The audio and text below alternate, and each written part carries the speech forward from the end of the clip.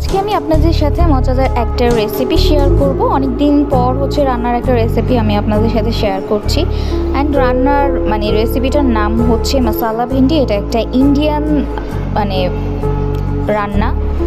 তো আমি পুরো রেসিপিটা আমি আপনাদের সাথে দেখিয়ে দিব, ফুল ভিডিওটা দেখতে হবে। প্রথমেই ভেন্ডিগুলো একদম ফ্রেশ ভেন্ডি নিয়ে নিতে হবে এবং ভেন্ডিগুলোকে সুন্দর মতন ধুয়ে একটু ড্রাই করে নিতে হবে। কারণ ভেন্ডিটা যতক্ষণ ভেজা ভেজা থাকবে কাটতে প্রবলেম হবে।